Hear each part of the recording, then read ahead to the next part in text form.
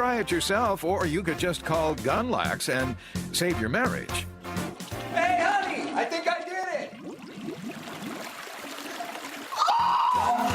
Gunlax, 327-3052. That wasn't so bad.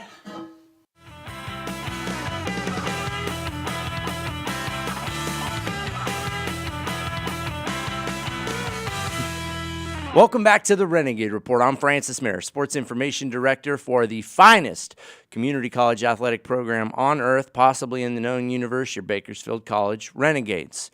Right now, we're talking with one of the longtime architects of that success, men's basketball coach Richard Hughes. Coach Hughes, how are you, sir? I've been called a lot of things, but never an architect, so I appreciate that. You are. You're building a house of wins, man. I look at that collection of players, too, and I think that you've done a great job bringing people from, like, all corners of the earth, actually, together to play hoops. We got a guy from France on our team. Scored his first American point Saturday at LA Valley. It was exciting. He was really excited, and, hopefully he can get a couple more sometime during this year. Now, yeah, and you were telling me, like, that didn't he say that, like, he feels like Americans are really nice? Like, he's stoked to be here, right?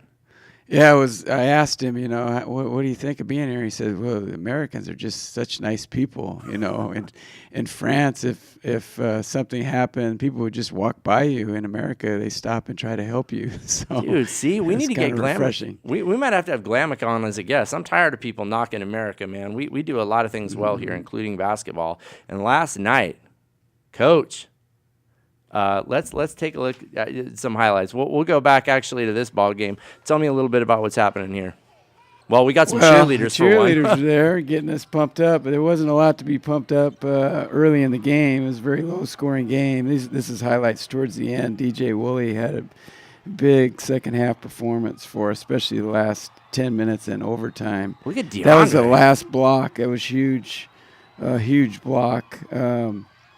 Then they end up fouling us, and DJ made both of those free throws. But it wasn't the prettiest game. I think I had mentioned it was like 1980s, the old Big East basketball where the final score was, 52-54. With those short shorts? Well, thankfully, no short shorts. Good. But you know what I mean. It was a defensive battle. Not a lot of shots were being made, and we were able to just grind it out. I still don't know how we did it, but we did it. Wow. And specifically speaking, I think was that the play where we tied the ball game up? No, that was an overtime, I believe, that play where he blocked it, and then we hit two more free throws to get us up. I think it was 4 at that point. Talk about the end of regulation, I guess.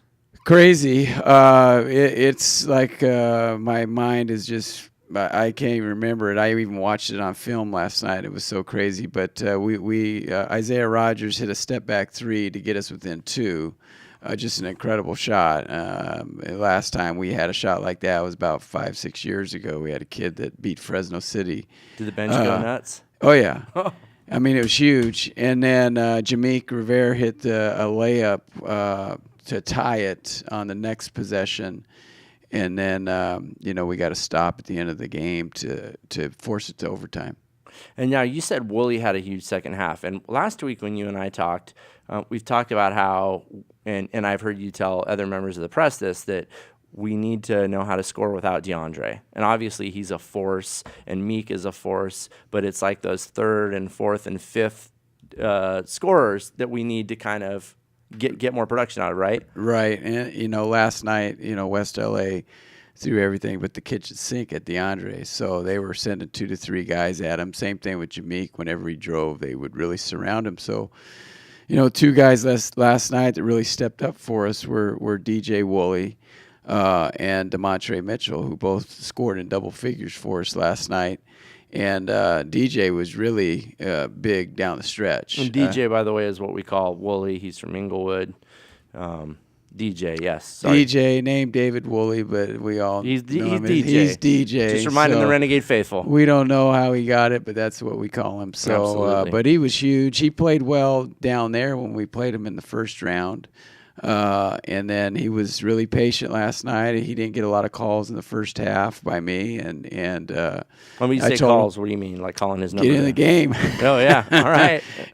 So and that's hard on players sometimes, but he stayed in the moment, and then he got his chance in that second half, and we went with him and milked him, for a good 8-10 minutes. So. Yeah, and it looked like he had a pretty good field goal percentage. Also want to say, DJ is one of the few guys in BC Athletics, I think, who rocks the solo mustache very effectively. Wooly has a good mustache. Wooly's also a very polite young man. He's a good kid, so it's good to see him have some success. But did he have a good field goal percentage? He shot very well. Yeah, I'm doing a live show. Yeah, sorry, I'm talking to Coach Rich Hughes. You can't call me right now. No, I know. Exactly. I'll tell him. That was Rich Briggs. He said he was surprised with DeMontre's breakout performance, Coach. Well, yeah, on a side note, DeMontre, he played consistent throughout the game. He started out well. He started for us, hit a couple threes. He hit a 3 late. Did a good job defensively. And, that's what we need out of him. We need to get, 10 to 11 points a night. So, we're really proud of him, really proud of DJ. I mean, those two guys really, along with the rest of the team, but they were really instrumental in that, in us winning that game. Now, remind me right now, DJ's a sophomore, isn't he? DJ's a freshman. Oh, so we got more time with him. Yeah, he's a freshman. DeMontre Demon, we call him Demon. He is a sophomore. So, but DJ redshirted for us last year and has had some really good games for us. Right, and I know that as coaches, as fans, as athletes, everybody kind of needs to live life one game at a time. That said, there's a playoff picture unfolding, Coach. How do we play into it?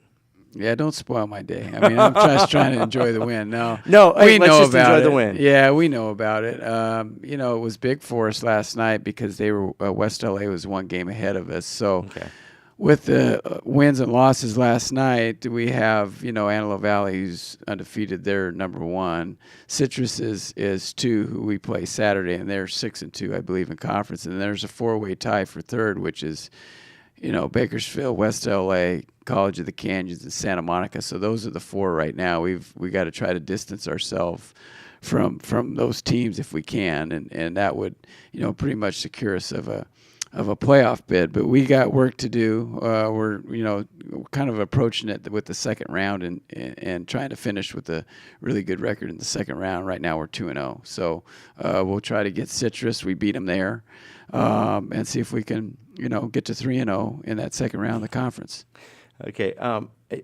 I think I've heard you say some very funny stuff, and people might not know that you have a great sense of humor. You're obviously intense about basketball, and that's what we need in a basketball coach. But when I go into the clubhouse, into the field house, and I see your workout sheet hanging on the wall, who designs that sheet?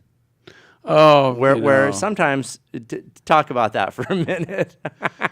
Well, we like to put up pictures, inspirational pictures. As you get through the season, you just run out of stuff. So, we try to impose our players' headshot into another player. Like today's picture will be DJ and Manute Bowles' body.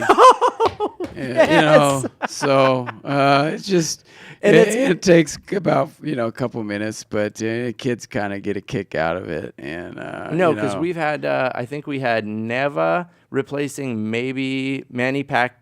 Was that what he had? Pac-Man. He was Pac-Man, and then somebody else was Mayweather. I mean, they're just hysterical, and it's obviously it looks like it's done in Microsoft Paint, but they're hysterical. And on one side of an 8x10 sheet, you have the team's workout schedule and like free throw order and whatnot, and on the other side, there's a great inspirational quote. And I've taken to looking at them because they're good ones, just about life, dealing with adversity and stuff like that. And then the real treat comes in the lower right-hand corner, where we have the superimposed headshot over. Yeah, maybe I need to probably take a Photoshop class or something. No, they're awesome. They're perfect. It's just something I started to do this year, and just have to stick with it. So I'm running out of ideas though, so I got to come up with some new ideas. Now the Buck Owens picture right there. I mean, that's one I may have to get. and superimpose one of our players on Buck Owens. That would be a good one. There's a picture behind the set here that's out of the shot, but it's Buck with his trademark red, white, and blue guitar. And yeah, I will get you that. I'll take a picture of that before I leave. There you go. And send that I'm to you. getting new ideas right now as we speak. That's perfect. But right now, as I've been telling Renegade fans, there's no better time at all to come down and watch this team play. They clearly understand the implications of every game. Last night's game, if there was ever a promise made to fans that these guys are not going to quit and they're going to stick with it, it was last night. Like you said, defensive struggle. Baskets weren't coming cheap, but the Renegades stayed in it. And I've also noticed that it seems like teams are playing DeAndre harder, not just double, triple teams and the kitchen sink approach like you said, but they're putting bodies on him. And he's a lean guy, so these guys are absolutely playing their guts out. Who do we have coming up next? I know we play Saturday. Well, yeah, we have Citrus at home, again, who's in second place. We beat them there in a really close game. That was the first time that we'd beat them at home. Beat them at home about 8 years. And they're really physical. They play similar to West L.A. and very physical defense. They're bigger than West L.A., but not quite as good offensively. So, we just have to change a few things here in practice. We only got 2 days to prepare for them. And just come out and play and compete like we did last night, and that's all we can ask of the guys. No, and I think what you've asked of them is awesome. And this is a team that I want to get on board with, stay on board with, and then say I told you so in the playoffs this year and definitely next season. They're a young team, and they seem to be responding to what you're throwing at them, and it's just a blast to watch, Coach. So please keep up the good work, and thank you, sir. Appreciate it. Coming up next on the Renegade Report, we've got a guy who is a absolute renaissance man. He's done a little bit of everything, and right now he's helping our students take their brains to the next level. He's established a study hall, and he's established a rapport with just about everybody. The man, the myth, the legend, Steve Jantz, academic counselor, coming up next on your Renegade Report.